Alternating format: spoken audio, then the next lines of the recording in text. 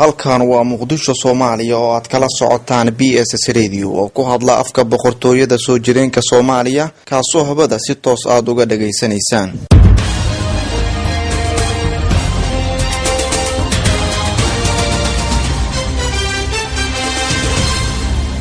maanta oo maalin sabti ah taariikhda milaadiguna ay ku beegan tahay 21 bisha May ee 2016 taariikhda hijriguna ay ku beegan tahay 14 bisha Shacbaan ee 1437 waxaad ku soo dhawaataan warkii saacadlaha. suuqyada magaalada Muqdisho ayaa laga dareemayaa sare u kac ballaaran ee ku yimid qiimaha la kala siisto neefka ariga ayagoo arintani ay dad badan cabasho ka muujiyeen. suuqyada magaalada Muqdisho ayaa halkii neef ari lagu kala iibsanayaa qiimo gaaraya 2,600,000 oo shilin Soomaali ah ayadoo qiimihii hore ee lagu kala iibsan jirayna ay gaaraysay 1,500,000 oo shilin Soomaali ah. ganacsatada iibiya neefka ayaa qiimo kororkani ku micneeyay in ay yaraatay xoolihii uga imaan jiray baadiyaha sababo ay ku sheegeen in gaadiidkii keeni jiray xoolaha uu joojiyay shaqada sababo la xiriira jidkii ay soo mari jireen oo uu biyaha roobku xiray. madaxweynaha wadanka Suudaan Umar Hassan al-Bashir ayaa lagu soo waramayaa inuu doonayo inuu ka qayb galo shir qaramada midoobay uga furmi doona magaalada New York ee dalka Mareykanka. waxa uuna ka dalbaday madaxweynaha Mareykanka in uu u ogolaado dalku gal. war ka soo baxay wasaaradda warfaafinta ee Suudaan ayaa lagu sheegay in madaxweynaha dalka Suudaan uu casuumaad ka helay xogayaha guud ee qaramada midoobay Ban Ki-moon si uu uga qayb galo shirka ka dhici doona bisha September. sidoo kale wasaaradda warfaafinta ee Suudaan ayaa sheegtay in Mareykanka ay qasab ku tahay in ay u ogolaato dalku gal madaxweynaha wadankaasi ee Suudaan.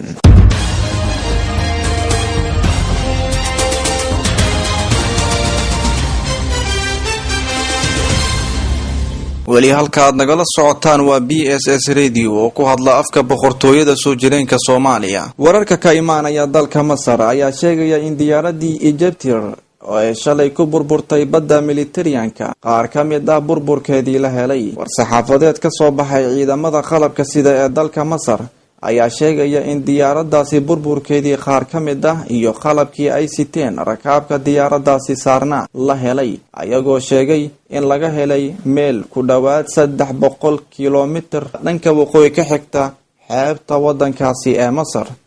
diyaaradani ayaa la sheegayaa inay kasoo duushay magaalada Paris ee caasimada wadanka Faransiiska waxa ayna ku wajahnayd magaalada Qaahira ee wadanka Masar.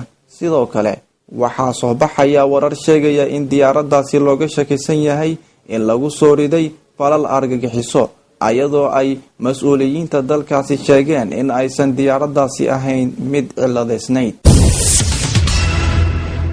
masjid ku yaala dalka Tanzania ayaa lagu dilay 3 qof waxa ayna wararku qaar sheegayaan in booliska wadankaasi ay soo qabteen 3 qof oo looga shakisan yahay inay ka dambeeyaan weerarkaasi.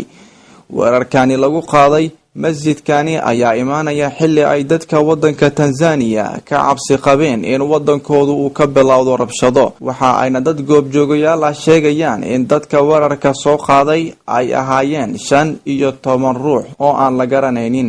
waxa ay wararku qaar sheegayaan in ragga weerarku fuliyay ay masjidka soo galeen abaarihii salaada cishaha ka hor inta aysan geysanin weerarka. waxaana lagu soo waramayaa in ay 3 qof ay halkaasi ay ku geeriyootay sidoo kalena ay ku dhaawacmeen 4 ruux.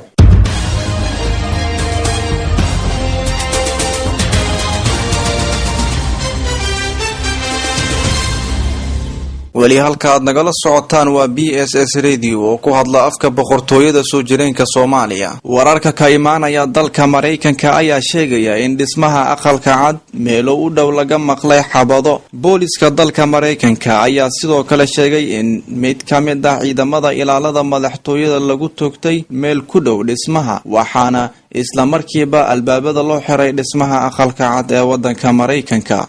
madaxweynaha wadanka Mareykanka ayaa sidoo kale ka maqnaa aqalka cad markii ay rasaastu dhacaysay. waxa ayna wararku sheegayaan in uu jiray deegaanka Maryland halkaasi uu ku ciyaarayay ciyaarta loo yaqaan golf. Moshe Yaalon oo ah wasiirka gaashaandhigga ee Israa'iil ayaa shaaca ka qaaday inuu xilka wasiirnimo iska casilay asigoona sidoo kale sheegay in kalsoonidii uu ku qabay ra'iisul wasaaraha Israa'iil uu lumiyay. Iscasilidani uu iscasilay wasiirka gaashaandhigga ee Israa'iil ayaa imaanaysa kadib markii ra'iisul wasaaraha Israa'iil uu sheegay in uu doonayo in isbahaysiga dowladdiisa uu ku soo daro xisbiyo mayal adag. Warbaahinada ka howlgala Israa'iil ayaa sidoo kale sheegaya in ra'iisul wasaaraha Israa'iil Benjamin Netanyahu uu xilka u hayay Moshe Yaalon uu ku wareejiyay mid ka mid ah xisbiyada mayalka adag. Matthew William Gast oo ah nin u dhashay dalka Mareykanka ayaa khirtay in uu gubay maqaayadda Juba Cave ee ku taala gobolka North Dakota ee dalka Mareykanka.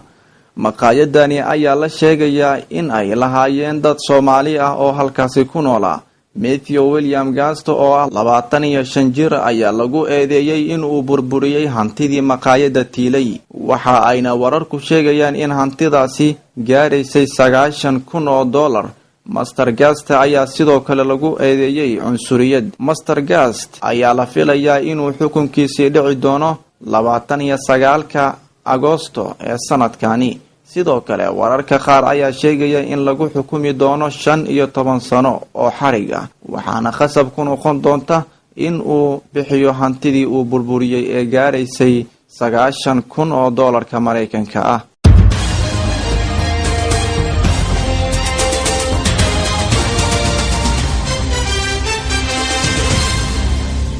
waxaa intaasi noogu dhamaaday warkii saacadlaha ciduu dhaafana waxa ay dib uga heli kartaa barta aynu ku leenahay internetka oo ah www.bss-somalia.com